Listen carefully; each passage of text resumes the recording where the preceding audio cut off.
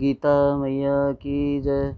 बोल श्री कृष्ण भगवान की जय। आज हम गीता के 7वें अध्याय में प्रवेश करेंगे। गीता का 7वां अध्याय भगवद ज्ञान, ज्ञान विज्ञान योग भी कहते हैं। ये 7वां अध्याय श्री भगवानोवाच भगवान से शुरू हो रहा है। मय्या सक्तमना पारत योगम युञ्जन मत आश्रय असंशयं समग्रं माम यथा ज्ञास्यसि तत्शृणु। श्री भगवानोवाच, श्री भगवान ने कहा, मई मुझ में असक्त मन वाला पारत, हे पृथा पुत्र, योगम आत्म साक्षात्कार, युंजन अभ्यास करते हुए, मत आश्रय मेरी चेतना, असंशयम निस्संदेह, समग्रम पूर्णतया, माम मुझको, यथा जिस तरह, ज्ञास्यसि जान सकते हो, तत् वह श्रृणु सुनो। श्री भगवान ने कहा, हे पृथा पुत्र, हे अर्जुन, अब सुनो कि तुम किस तरह मेरी भावना से पूर्ण होकर और मन को मुझ में आसक्त करके योग अभ्यास करते हुए मुझे पूर्णतया संशय रहित जान सकते हो। अब मैं तुमसे पूर्ण रूप में से व्यवहारिक तथा दिव्य ज्ञान कहूँगा। इसे जान लेने पर तुम्हें जानने के लिए और कुछ भी शेष नहीं रहेगा। कई हजार मनुष्यों में से कोई एक सिद्धि के लिए प्रयत्नशील होता है और इस तरह सिद्धि प्राप्त करने वालों में से कोई विरला ही एक मुझे वास्तव में जान पाता है। पृथ्वी, जल, अग्नि, वायु, आकाश, मन, बुद्धि, अहंकार, ये 8 प्रकार से विभक्त मेरी भिन्न अपरा प्रकृतियाँ हैं। ये जो सारी अप्रकृति है, ये 8 प्रकार की है। हे महाबाहु अर्जुन, इनके अतिरिक्त मेरी एक अन्य पराशक्ति है जो उन जीवों से युक्त है जो इस भौतिक अपरा प्रकृति के साधनों का विदोहन कर रहे हैं। सारे प्राणियों का उद्गम इन दोनों शक्तियों में है। इस जगत में जो कुछ भी भौतिक तथा आध्यात्मिक है, उसकी उत्पत्ति तथा प्रलय मुझे ही जानो। हे धनंजय, मुझसे कोई श्रेष्ठ सत्य नहीं है। जिस प्रकार मोती धागे में गुथे रहते हैं, उसी प्रकार सब कुछ मुझ पर ही आश्रित है। हे कुंती पुत्र, मैं जल का स्वाद हूँ, सूर्य तथा चंद्रमा का प्रकाश हूँ, वैदिक मंत्रों में ओंकार हूँ, आकाश में ध्वनि हूँ तथा मनुष्यों में समर्थ्य मैं हूँ। मैं पृथ्वी की आद सुगंध और अग्नि की ऊष्मा हूँ। मैं समस्त जीवों का जीवन तथा तपस्वियों का तप हूँ। हे पृथा पुत्र, ये जान लो कि मैं ही समस्त जीवों का आदि बीज हूँ, बुद्धिमानों की बुद्धि तथा समस्त तेजस्वी पुरुषों का तेज हूँ। मैं बलवानों का कामनाओं तथा इच्छा से रहित बल हूँ। हे भरत श्रेष्ठ अर्जुन, वह मैं काम हूँ जो धर्म के विरुद्ध नहीं है। तुम जान लो कि मेरी शक्ति द्वारा सारे गुण प्रकट होते हैं, चाहे वह सतोगुण हो, रजोगुण हो, तमोगुण हो। एक प्रकार से मैं सब कुछ हूँ, किंतु हूँ स्वतंत्र।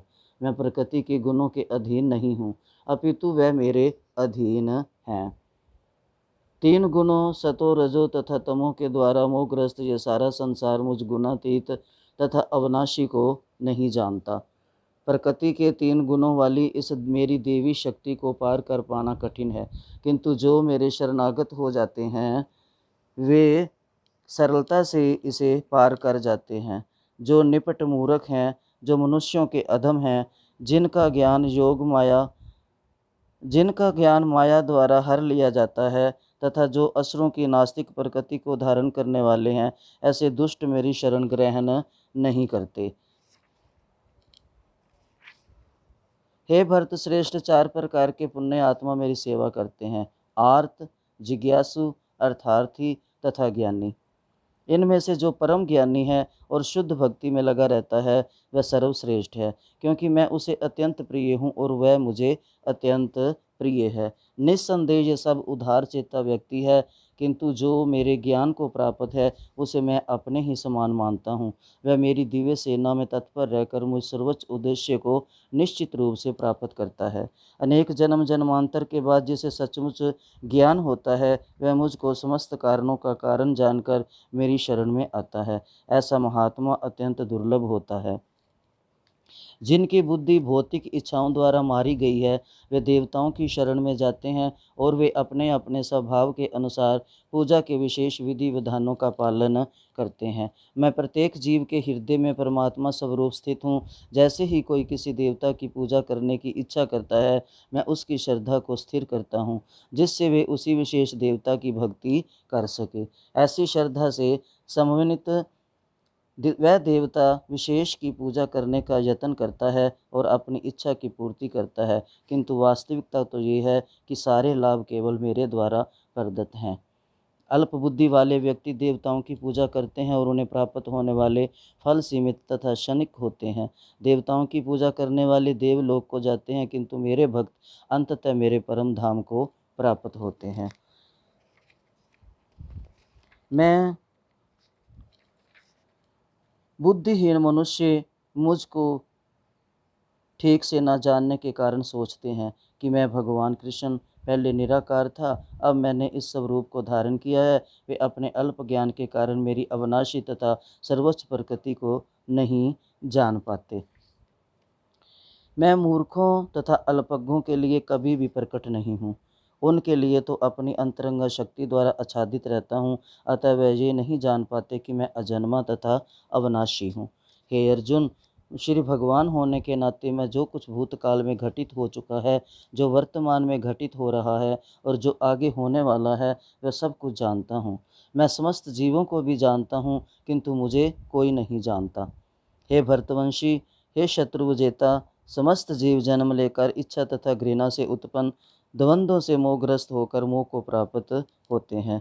जिन मनुष्यों ने पूर्व जन्मों में तथा इस जन्म में पुण्य कर्म किए हैं और जिनके लिए पाप कर्मों का पूर्णतः उच्छेदन हो चुका है, वे मोह के द्वंद्वों से मुक्त हो जाते हैं और संकल्प पूर्वक मेरी सेवा में तत्पर रहते हैं।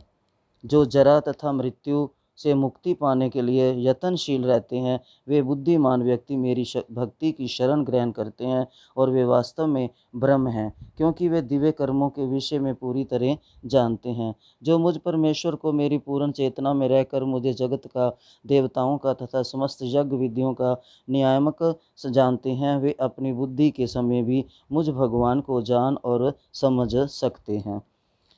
हे अर्जुन, जो अपनी परम चेतना को, अपनी पूर्ण चेतना को मुझ में लगा देते हैं और मेरी पूर्ण चेतना में रहकर जगत तथा जगत के देवताओं और जितने भी जगत में यज्ञ आदि होते हैं, वो अपनी मृत्यु के समय भी मुझ भगवान को वो जान पाते हैं और सब कुछ यही जान सकते हैं मेरी कि जो कुछ है ये सब मेरी रचना है। कृष्ण भावना अमृत में कर्म करने वाले मनुष्य कभी भी भगवान को पूर्णतः समझने के पथ से विचलित नहीं होते। जो भगवान की भक्ति में लग जाता है, भगवान उसको अपनी तरफ खींच लेते हैं और वो समझ जाते हैं कि भगवान कौन है, भगवान क्या है, भगवान क्या करते हैं, भगवान यहाँ क्यों आते हैं। तो इसलिए गीता को पढ़ें और समझें। ये 7वां अध्याय विशेष रूप से बताता है कि कोई किस प्रकार से पूर्णतया कृष्ण भावना भावित हो सकता है। कृष्ण भावना का शुभ आरंभ ऐसे व्यक्तियों के सानिध्य से होता है जो कृष्ण भावना भावित होते हैं। ऐसा सानिध्य आध्यात्मिक होता है। या तो किसी वैष्णव के पास जाएं, या श्री सतगुरु के पास बैठें, या जिन्होंने पहले गीता को समझ चुके हैं उनके पास बैठकर अगर हम गीता पढ़ते हैं, सुनते हैं, तो हमें समझ जल्दी आती है। सत्संगति में रहने से कृष्ण भावना के क्रमिक विकास से जीव ये समझ सकता है कि किस प्रकार कृष्ण को भुलाने से वह प्रकृति के नियमों द्वारा बद्ध हुआ है। ये भी समझ सकता है कि वह मनुष्य जीवन कृष्ण भावना भावत अमृत को पुनः प्राप्त करने के लिए मिला है। दुख में पड़ा हुआ मनुष्य, जिज्ञासु मानव, अभावग्रस्त मानव, ब्रह्म ज्ञान, परमात्मा ज्ञान, जन्म मृत्यु तथा रोग से मुक्ति एवं परमेश्वर की पूजा। किंतु जो व्यक्ति वास्तव में कृष्ण भावना अमृत को प्राप्त है, वह विभिन्न विधियों की परवाह नहीं करता, वह सीधे कृष्ण भावना अमृत के कार्यों में प्रवृत्त हो जाता है और सदा लगा रहता है, और उसी से भगवान कृष्ण के नित्य दास के रूप में अपनी स्वाभाविक स्थिति को प्राप्त करता है। जो भगवान को चाहता है वो भगवान का सदा दास बना रहता है। सदा सदा सदा सदा सदा सदा अगर करते रहेंगे भगवान को याद, तो हम दास बन जाएंगे। सदा का उल्टा होता है दास। और अगर हम भगवान को याद करते रहेंगे करते रहेंगे करते रहेंगे, उसको याद करते रहेंगे, तो याद का उल्टा होता है दया। भगवान कभी ना कभी हमारे ऊपर दया करेंगे। तो इसलिए गीता के जो 7वां अध्याय है, इसको पढ़ें।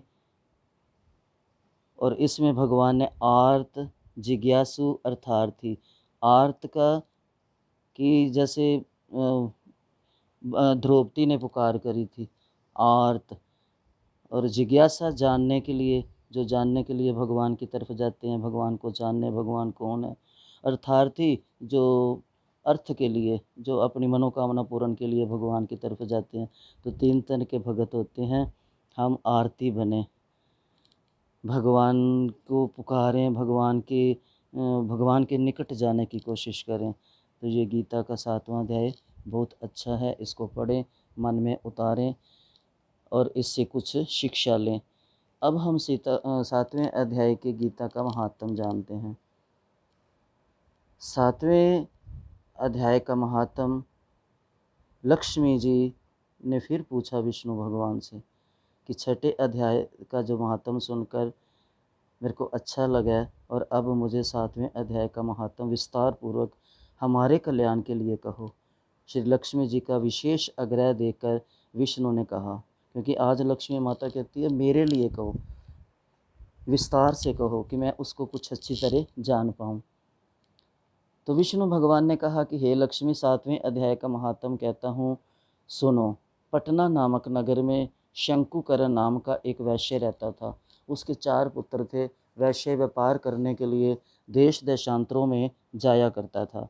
एक बार मार्ग में जाते हुए उसको काले गोपद चिन्हधारी सर्प ने डस लिया और सो वह परलोक से धार गया। उसके साथी उसकी दशा देखकर दुखी हुए और उसका दाह संस्कार करके संपूर्ण उसके धन को लेकर घर लौट गए। शंकुकरण के पुत्रों को जब उसका धन सब देकर उसके मरने का समाचार क्या उसकी गति करने को कहा, वैश्य के 4 पुत्र पिता की दुर्गति को सुनकर बहुत दुखी हुए और ब्राह्मणों को बुलाकर पूछा कि सर्प के काटने से जिसका मरण होता है उसे अच्छी गति कैसे मिल सकती है। ब्राह्मणों ने कहा कि जिसका मरण परदेश में हो गया या सर्प आदि जीवों के द्वारा हो, उसकी गति नारायणी बलि से मिलती है। उसके पुत्रों ने शास्त्र की विधि से नारायणी बलि को किया। अनेक प्रकार का दान देकर ब्राह्मण, साधु तथा जाति भाइयों को विधि पूर्वक भोजन दिया। शेष धन जो बचा 4 भाइयों ने बांट लिया, परंतु पिता के मरने की चिंता और शोक से वह रात दिन व्याकुल रहने लगे। एक दिन शंकुकरण के साथी व्यापारियों से एक पुत्र ने पूछा कि जिस स्थान पर हमारे पिता को सर्प ने काटा है, वह स्थान मुझे भी बताओ, मैं उस सर्प को मारकर अपने पिता का बदला लूँगा।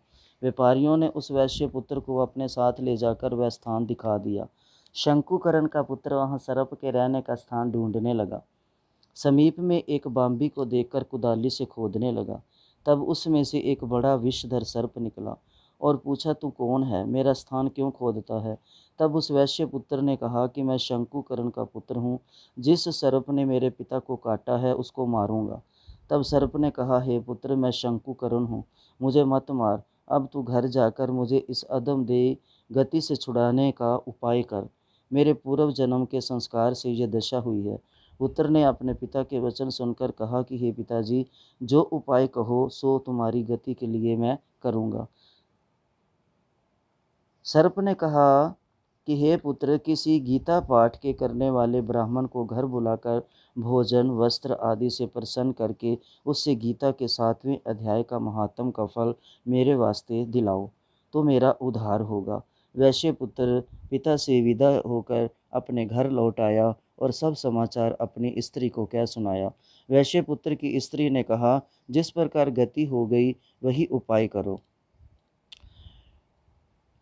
वैश्यपुत्र ने नगर भर में गीता पाठ करने वाले ब्राह्मणों को बुलाकर गीता के 7वें अध्याय का पाठ करा के ब्राह्मणों को भोजन वस्त्र दक्षिणा देकर आशीर्वाद लिया और 7वें अध्याय के महात्म का फल लेकर पिता को दिया।